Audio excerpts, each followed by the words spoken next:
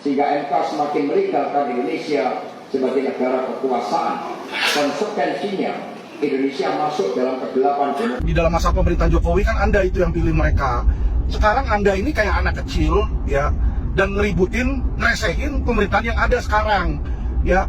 Anda bilang batasan umur lah apalah segala, itu mah hal sepele Pak Hasto ya, itu hal sepele. Apalagi udah ada putusan MK-nya mengesahkan memang boleh di situ ya. Dan apa yang diputuskan oleh MK ini yang menjadi undang-undang. Kalau Anda nggak ngerti hukum, Anda belajar hukum dulu Pak Hasto ya. Terlepas dari situ, saya nggak mau masuk ke politik sebenarnya ya. Terlepas dari situ ya, penguasa siapapun juga, hukum itu di Indonesia kan selalu begitu, bisa dibolak-balik, diputar-putar ya. Makanya ketika Anda berkuasa, ketika partai Anda berkuasa, lu kemana aja Pak De ya? Menko Polhukamnya siapa? Menko Polhukamnya itu calon wakil presiden lu dari PDIP. Itu apa yang dia kerjakan? Kalau memang nggak benar, sebagai Menko Polhukam waktu itu benahi dong MK-nya. Udah kayak begini lu kayak anak kecil ya, ngambek terus ngeledek-ledekin orang. Udahlah, lu negarawan ya kan, bantu negara ini beresin masalah yang ada.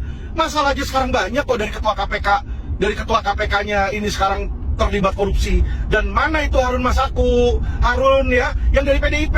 Lu bantu dong cari yang kayak begitu ya. Berapa banyak itu uang negara disikat. PT Timah lu diem aja ya. Negarawan apa itu? PDIP apa itu? PDIP katanya buat rakyat ya kan, katanya buat rakyat.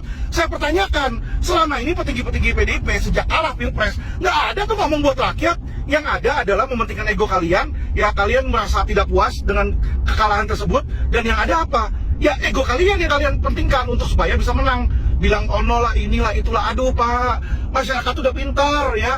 Semakin kalian seperti itu, maka semakin nantinya orang-orang itu sangat tidak simpati kepada PDIP ya.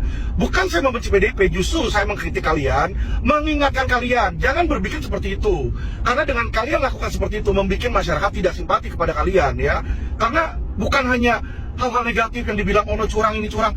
Pak, waktu Jokowi naik pun di 2019 dan 2014 di situ ya. Kalau ditanya sama masyarakat, ada nggak kecurangan? Ya ada.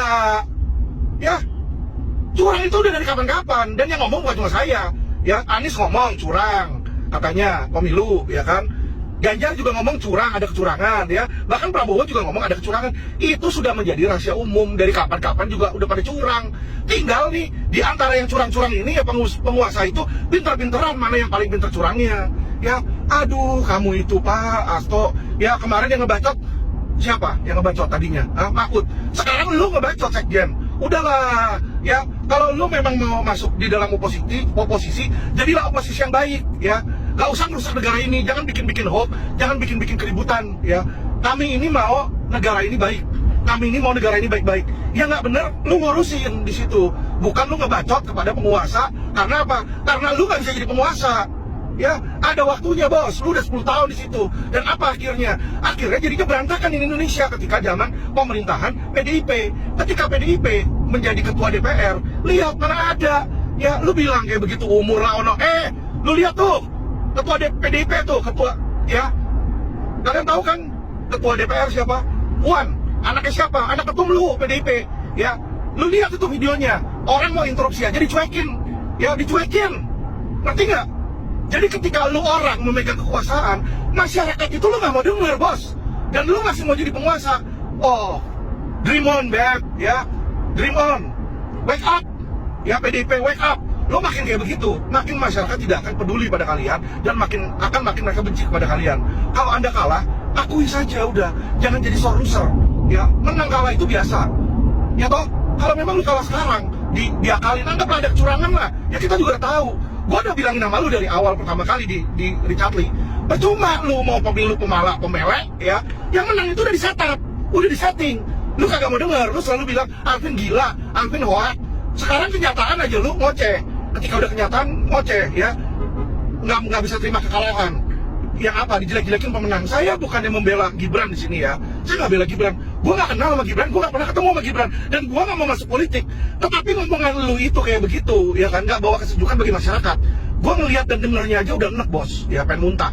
Gua denger lu ngomong tuh pengen muntah, ya. Udahlah stop lah, lu stop menjilat lah kepada si Puan dan kepada apa PDIP Megawati di situ ya. Kalau nggak jadi pemenang ya udah, ya jadilah masyarakat yang baik. Masih ada 5 tahun ke depan. Nanti lu berkompetisi lagi bos ya. Kali ini lu pinter-pinteran, lu curangin, lu yang curang di situ. Selama curang lu nggak ketahuan, juga nggak kenapa-napa, ya toh. Inilah negara hukum ya. Hukum Indonesia kayak begitu. Teori sama prakteknya beda ya. Teorinya undang-undang. Orang udah tahu prakteknya duit bos. Jadi kalau lu bilang curang, orang dari awal udah tahu politik itu money politik. Ya, udahlah stop bullshit lah ya. Capek dengernya ya, hasto kayak begituan. Yang ada orang makin kesel sama lu, mereka akan makin tidak simpati ya. Dan saya akan tantang kamu. Semakin nanti Anda ngebacot, gue yang akan ngelawan lu di situ. Ya, saya nggak mau ada antek-antek, ada oknum-oknum yang apa? Yang tidak membawa kesejukan bagi Indonesia. Sekarang ini yang menang udah jelas 02. Lu mau percuma, saya kasih tahu, lu mau gugat 1000 kali juga percuma. Nggak akan lu menang. Lu percaya nih kata-kata gue, nggak akan lu menang. Jadi gimana caranya lu kalau mau jadi penguasa? Lu kumpulin duit, lu kumpulin manpower, nanti lu usaha lagi 5 tahun dari sekarang. Ya, biar kalau pakai otak dikit bos, pakai otak. Ya, pakai otak, jangan pakai bacot. Pakai bacot lu nggak akan jadi penguasa. Pakai otak lu bisa pakai jadi penguasa, oke? Terima kasih ya, salam cerdas hukum.